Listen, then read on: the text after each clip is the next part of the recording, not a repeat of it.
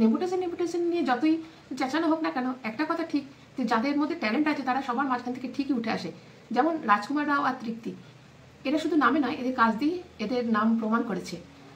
যেমন স্ত্রী যখন হিট করে বক্স অফিসে, যখন টাকা কামাচ্ছে, তখন অনেকেই বলছে যে এই স্ত্রী হিট করার পেছনে শুধু স্ত্রী মানে শ্রদ্ধা কাপুর নয়, আমাদের রাজকুমারও সমানভাবে দায়ী। সেরকমই অ্যানিমালে দীপ্তি গোটা সিনেমাটাতে কোথাও ছিল না, একটা গানে শুধু শুটিং করেছিল, কিন্তু সব লাইমলাইটটাও কিন্তু কেড়ে নিয়েছিল। ভাবি 2 গানটা কিন্তু সবার মুখে খুবই চর্চিত একটা গান। তো এরা দুজন আসছে একটা সিনেমাতে, তাও একটা অদ্ভুত নাম, বিকি বিদ্যা কি বোবালা সিডি। হ্যাঁ, নামটা শুনলে একটু ডাবল মিনিং লাগলেও সিনেমাটার যেটা ট্রেলারটা দেখে মনে হচ্ছে এটা একটা ফ্যামিলি প্রুফ কমেডি সিনেমা। এই সিনেমাটা এটাই প্রুভ করে যে শুধু বড় বাজেটের সিনেমা বা বড় অ্যাক্ট্রেস দিয়ে সিনেমা হিট করানো যায় না, ভালো অভিনয় থাকলে সিনেমা এমনিতেই হিট করে যায়। তো আর এই নামটাও এত অদ্ভুত দেওয়া হয়েছে যে অর্ধেক দর্শক তো কী সিনেমাটাতে আছে সেটা দেখতেই হলে চলে যাবে। এবং হঠাৎ করে যদি তারা দেখতে পান আবার মল্লিকা শেরওয়াতকে, তাহলে ভাবতে পারছেন কী হতে চলেছে। ওই জন্যই সিনেমাটাতে লেখা রয়েছে 97% পারিবারিক সিনেমা, মানে বাকি 3% মল্লিকা শেরওয়াত যা কামব্যাক হচ্ছে সেই নিয়ে। এরা middle class family comedy cinema release করে, তখনই দর্শকরা খুব এই সিনেমাগুলোতে কানেক্ট করতে পারে এবং খুব রিয়েলিস্টিক লাগে সিনেমাগুলোতে। যেমন স্ত্রী 2 সিনেমাটি, এটি একটা মিডিল ক্লাস সিনেমা ছিল, সেই জন্য ফ্যামিলি ওরিয়েন্টেড যারা দর্শক তারা এই সিনেমাটার সাথে খুব রিলেট করে। ট্রেলারটা যেটা দেখানো হচ্ছে সেখানে বিকি আর বিদ্যার একটা সিডি চুরি হয়ে গেছে, এটা কিন্তু সাধারণত অনেক সময় ঘটে থাকে, এবং তার সাথে কমেডি যুক্ত হয়ে সিনেমাটা একটা রিয়েল সিনেমার মতো হয়ে যাবে, এবং যার জন্য দর্শকরা খুব আকৃষ্ট হবে এই সিনেমাটা, আমার সেটাই মনে হচ্ছে। এবং এই সিনেমাটি যিনি করছেন তিনি কিন্তু ফ্যামিলি কমেডিতে পিএইচডি করেছেন। ড্রিম গার্ল নিশ্চয়ই আপনাদের সবাই মনে আছে, এখানে কিন্তু কোনো ডাবল মিনিং জোকস নেই, এখানে একটা পুরো রিয়েল কমেডি আছে সিনেমাটাতে।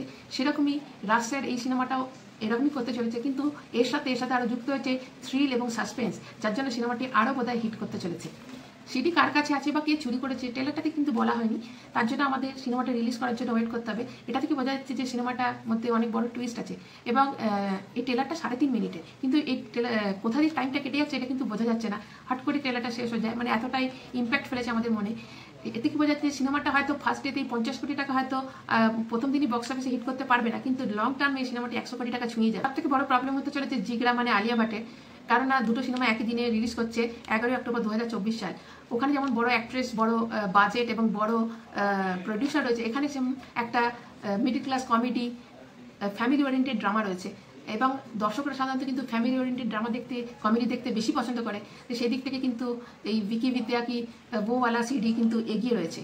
এবং এই দুটো সিনেমা বক্স অফিসে যে ক্ল্যাশ হবে, এর থেকেই বলিউডে একটা শিক্ষা নেবে যে সবসময় বিগ বাজেট হলেই বা বড় বড় অ্যাক্ট্রেস হলেই যে অ্যাক্ট্রেস হলেই যে সিনেমা হিট করে তা কিন্তু নয়। মেন ব্যাপার হচ্ছে দর্শক যেমন পছন্দ করে সেরকম সিনেমা বানাও বস, সিনেমা সুপারহিট। তো এই সিনেমাতে এবার গানগুলি কেমন হবে সেটার উপরও নির্ভর করছে। তবে দলের মেহেন্দি অনেকদিন বাদ কামব্যাক করেছে তার গান নিয়ে, তবে একটা জিনিস ভালো যে তার গানের কোনো রিমিক্স বা নতুন করে কিছু করা হয়নি, পুরোনো গানটিকেই তুলে ধরা হয়েছে। আশা করছি সিনেমাটি বক্স অফিসে ভালোই চলবে। আজকের মতো এইটুকুই এই সিনেমাটি নিয়ে, আবার অন্য কোনো ট্রেলার নিয়ে অবশ্যই আসবো। এই ট্রেলার নিয়ে যদি কিছু বলার থাকে তো অবশ্যই কমেন্ট করবেন, আর আমার চ্যানেলটিকে সাবস্ক্রাইব করবেন। আজকের মতো